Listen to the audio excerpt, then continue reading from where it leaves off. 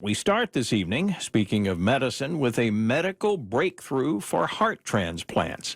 Happened in Baltimore. A man received a new heart, but not a human heart. Instead, he was given the heart of a pig. The 7-hour operation is the first of its kind as surgeons try to save patient David Bennett's life. That's reporter Kai Reed with WBAL in Baltimore. Replacing his heart with a genetically modified pig's heart.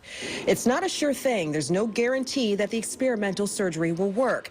But the 57-year-old has survived 3 days so far, and it's given the medical community and his family hope. It's a life or death scenario for Bennett, who was ineligible for a human heart transplant and had no other option.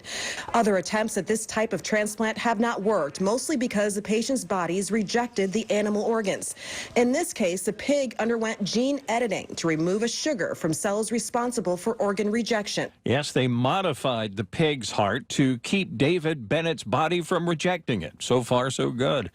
Doctors around the country, heart specialists are excited by this. This is going to be life-changing in so many ways for so many people. I'm super excited about this news. That's Dr. Fahmi Farah, women's heart health specialist at Baylor in Fort Worth, Texas. I spoke with her this afternoon about the prospect of a pig's heart beating in a human chest. Oh, it's going to affect thousands of people in a very positive way if this becomes something that's viable and we can offer it to more people.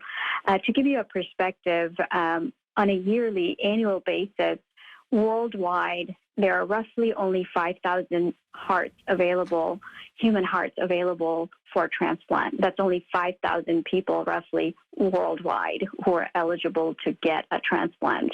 Out of probably we're talking about millions who are on the wait list for a transplant. So this is huge. If we can find an alternative to where we can provide a transplant to people who are waiting, this would be a game changer. Of course, we think of pork and bacon when we think of pigs, but a pig's heart, as it turns out, is very similar to our own. Yes, pig heart is very similar to human hearts, the anatomy, of course, the physiology as well. And so I think that's why it's more compatible. And that was the case in this first implant that they have done.